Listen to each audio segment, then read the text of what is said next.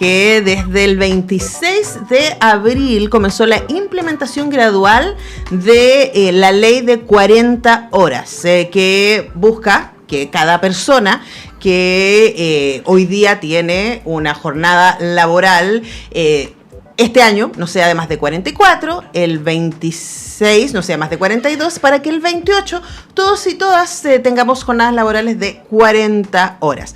Hay muchas preguntas asociadas a eso, desde cómo lo están haciendo las instituciones y empresas para poder realizar los ajustes a aquello, y también qué consecuencias va a tener eso para la vida familiar y personal de trabajadores y trabajadoras. Y esas son algunas de las preguntas que se va a hacer el Núcleo Millennium Política Laboral y Vida Familiar y Colectiva, que se está desarrollando desde la Universidad de Chile y que está dirigido por el académico de la Facultad de Ciencias Sociales de nuestra universidad, Pablo Pérez, que nos acompaña acá en el estudio. Pablo, ¿cómo estás?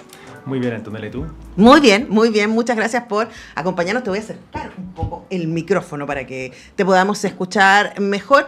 Y claro, ustedes van a comenzar la investigación paralelamente, ¿cierto?, a lo que va a ser la implementación de esta y otras leyes que tienen que ver con mejorar las condiciones laborales y cultural, social, personal de trabajadores y trabajadoras chilenas. Y quizás preguntándote por qué es necesario estudiar esto.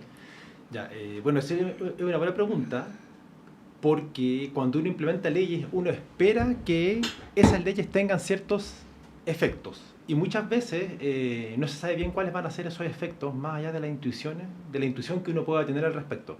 Y en el caso particular de nuestro milenio, lo que nosotros queremos estudiar, entre otras cosas, es qué efectos puede tener, por un lado, la reducción de la jornada laboral, que como tú dices es algo gradual, y por otro lado, la implementación de la Ley de Conciliación Trabajo-Familia, que entre otras cosas permite el establecimiento de una serie de arreglos o de formas de trabajo no convencional, entre comillas, como el teletrabajo, con el objetivo de, en teoría, hacer más conciliable el rol que tenemos nosotros como trabajadores y trabajadoras y nuestro rol como cuidadores o cuidadoras en nuestro espacio doméstico.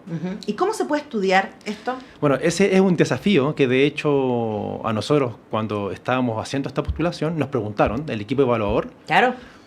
Porque en el fondo, claro, ¿Cómo se mide? ¿Cómo se mide esto? Bueno, lo que vamos a hacer nosotros es hacer un estudio longitudinal, que es básicamente, en un periodo de 3 años, hacer una encuesta a diferentes trabajadores y trabajadoras y también hacer un trabajo más cualitativo que tiene que ver con entrevistas, con diarios o reportes de actividades que los trabajadores y las trabajadoras van a hacer respecto a cómo ellos cambian, por decirlo así, si es que cambian, porque esa es una pregunta empírica, su actividad doméstica en la medida en que van teniendo más tiempo libre, y en la medida en que pueden trabajar, digamos, desde su hogar y no desde su oficina. Ahora, uno tendría la impresión, Pablo, y pues ya es un prejuicio, porque mientras no se investigue es un prejuicio, ¿no? Que siempre se dice, ¿no?, que en Chile trabajamos más horas, pero no necesariamente somos más productivos. Y cualquier persona que haya trabajado o por lo menos así es mi experiencia, ¿no?, en una oficina desde no sé, las 9 de la mañana hasta las 5 o 6 de la tarde, uno ve que hay mucho tiempo que uno podría decir, no sé si es tiempo muerto, y aquí viene la pregunta, ¿no? Que es como el cafecito, la gente que se para, sale a fumar, salir a comprar algo a la esquina, aquello, ¿no? Y uno dice, bueno, no estamos siendo productivos, no estamos ocupando todo el tiempo de manera apropiada, pero luego uno también se pregunta, bueno, pero ¿es soportable una jornada de 8 horas o 7 horas laborales si uno no tiene estos especies de recreo a lo largo del día?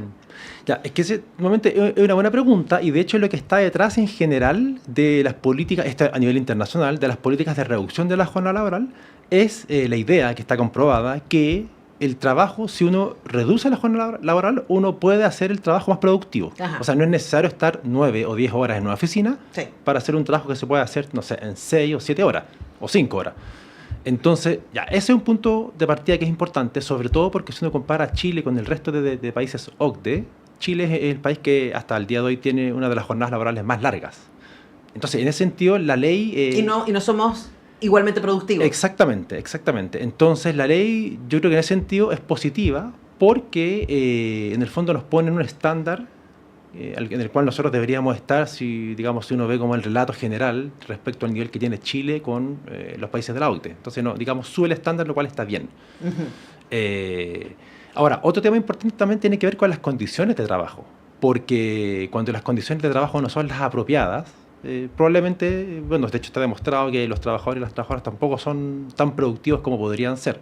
Claro. Si es que, por ejemplo, están en un espacio de trabajo que se percibe como hostil, Claro. que se percibe como incómodo, como excesivamente supervisado, digamos, desde arriba, en el más sentido de la palabra, es decir, donde se deja poco espacio como a la autonomía y al desarrollo individual de cada trabajador y cada trabajadora.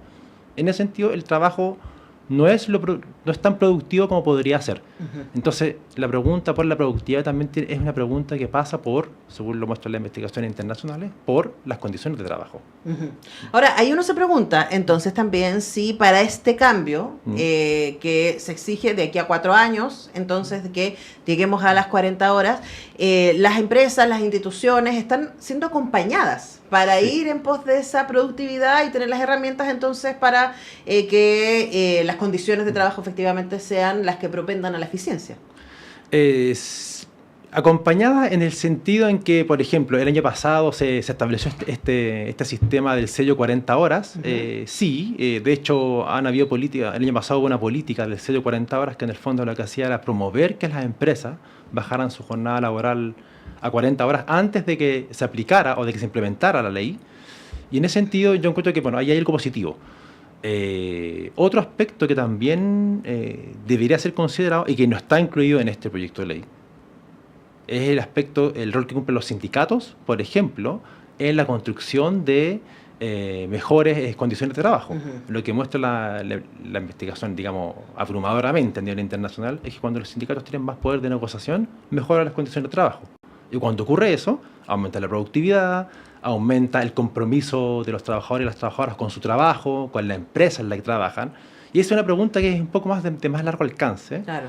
Y que, bueno, no está contenida en estos proyectos de ley, pero yo espero que esté contenida en futuros proyectos de ley. Pero también ahí aparece otra cosa, Pablo, que es súper importante, ¿no? Que tiene que ver con que en Chile tenemos un país muy escasamente sindicalizado. Tenemos muy bajos índices de organización laboral a lo largo, y también estaba pensando en esto, ¿no? ¿Qué nos dejó la pandemia y el teletrabajo en ese sentido? Y también uno podría intuir o quizás leer la propia experiencia que por un lado estaba muy bueno esto de poder estar en la casa, ¿cierto? Bueno, estaba muy bueno para quienes no tenemos hijos. Claro.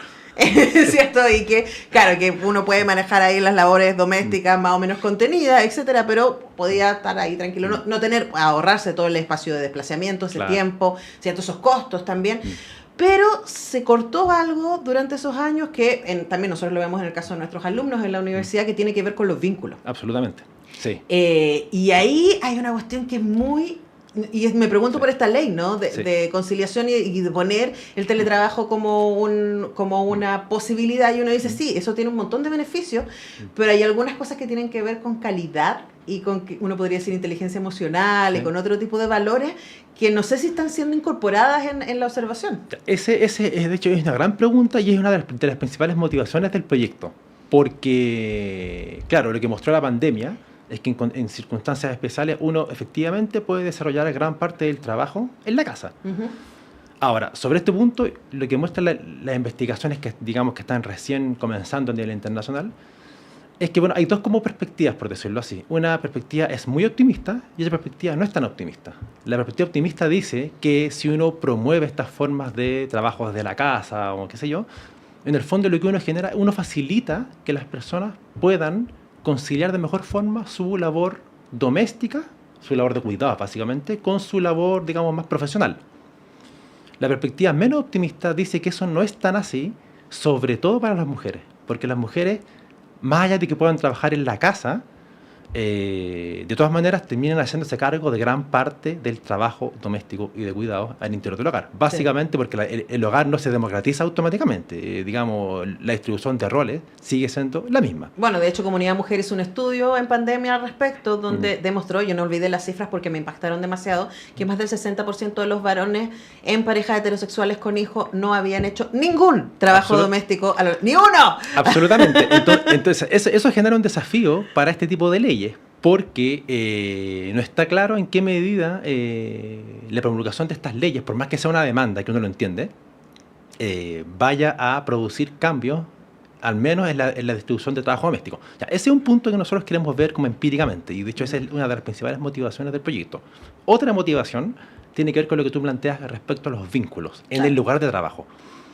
Y esto también es relevante, nosotros creemos, por lo siguiente, porque cuando la gente deja de trabajar en su espacio de trabajo y se encierra en la casa, en el fondo lo que tiende a ocurrir, según han mostrado las pocas investigaciones internacionales, es que efectivamente se rompen vínculos. Y cuando se rompen vínculos, se rompen no solo espacios de sociabilidad, sino que también espacios de construcción de cultura laboral, de cultura colectiva en el lugar de trabajo. De identidad, lo cual podría afectar, esto digamos es un debate que está abierto, la capacidad colectiva de los trabajadores y de las trabajadoras para negociar frente a los empleadores. De hecho, y esta es una pregunta que insisto que está muy abierta, porque no se sabe mucho al respecto y que nosotros queremos más o menos tratar de responder. No se sabe bien, por ejemplo, qué ocurre en estos espacios con los sindicatos. Uh-huh. ¿Los sindicatos se debilitan en las empresas donde existe sindicato? ¿Qué pasa cuando una parte importante de la gente comienza a trabajar desde su casa? ¿Los sindicatos se debilitan? ¿No se debilitan? ¿Qué ocurre? ¿A qué estrategias recurren los sindicatos para atraer la atención, digamos, de sus miembros en un contexto en el cual el espacio de sociabilidad laboral probablemente ya no sea tan fuerte, al menos para cierto tipo de ocupaciones? Claro.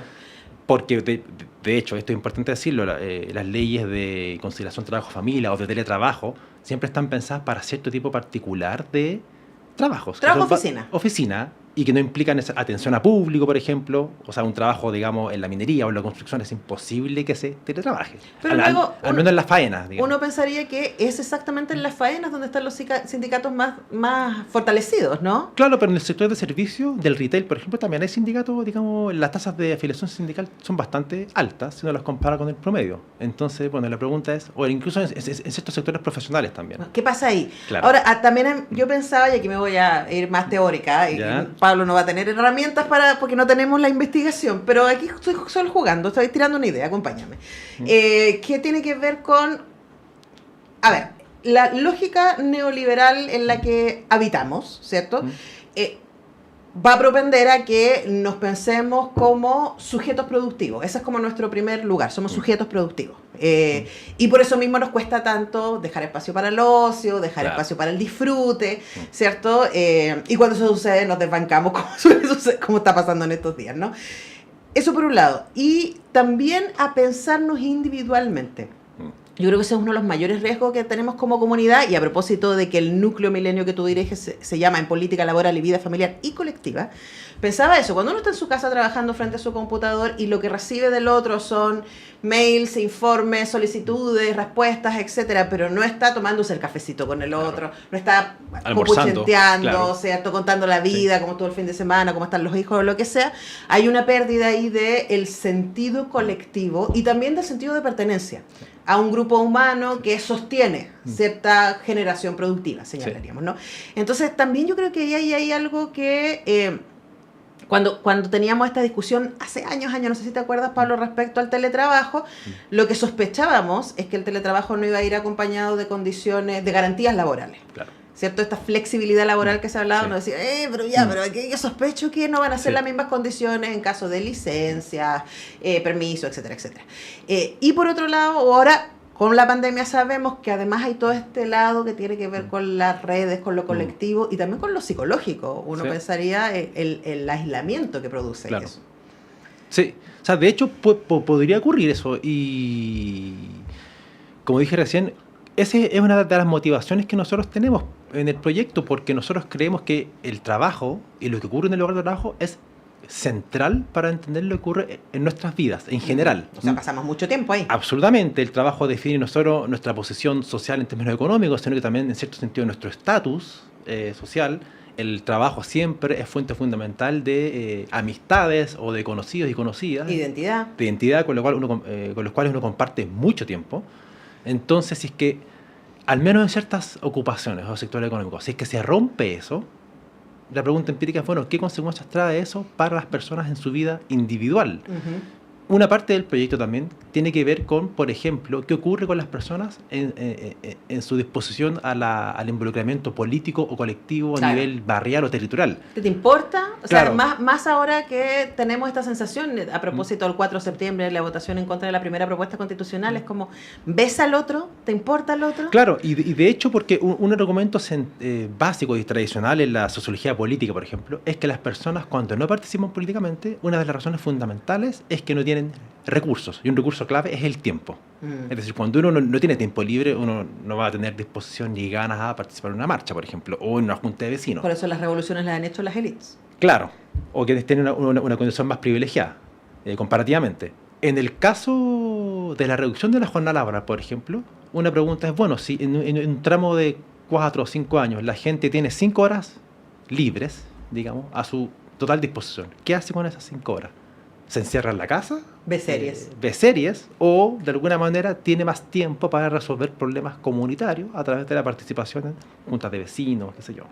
Ese, por supuesto, un tema que el impacto de este tipo de reforma toma, digamos, un tiempo en expresarse claramente. Entonces nuestra idea es ver los primeros indicios de este potencial impacto. Nosotros creemos que, por cierto, que en 3 años no se puede entregar una respuesta certera respecto al impacto de transformaciones que... Pero por lo menos va a estar bajo observancia. Absolutamente, sí. De hecho, ese digamos, es el gran argumento para justificar la existencia en esta etapa de este proyecto. Bueno, vamos a estar conversando entonces, Pablo, respecto a qué van descubriendo ahí en el Núcleo Millennium Política Laboral y Vida Familiar y Colectiva, que está liderando Pablo Pérez, académico de la Facultad de Ciencias Sociales de nuestra universidad. A un montón de temas abiertos. Esperamos también que ustedes puedan estar ahí atentos y atentos a lo que pasa en su entorno y a ustedes mismos, ¿no? Con todos estos cambios. Muchas gracias por acompañarnos, Pablo. Muchas gracias a ti por la invitación. Nosotros vamos despidiendo el programa de hoy día. Yo vuelvo a las 5 a hacer Radiópolis. Vamos a ponernos al día con las series, a propósito de que durante estos días fueron la entrega de los premios Emmy. Vamos a estar hablando con Sol Márquez al respecto. También vamos a estar conversando con Alejandra Pinto de cine. Vamos a hablar de La Sustancia, que dicen que está increíble, yo todavía no la veo. Vamos a hablar de la última de Russell Crowe, esa sí la vi y está muy interesante. Además de los 85 años de Batman. Eso a las 5 de la tarde en Radiópolis. Nos encontramos entonces y mañana a las 10 con todo el equipo de Semáforo. Nos vemos. Chao.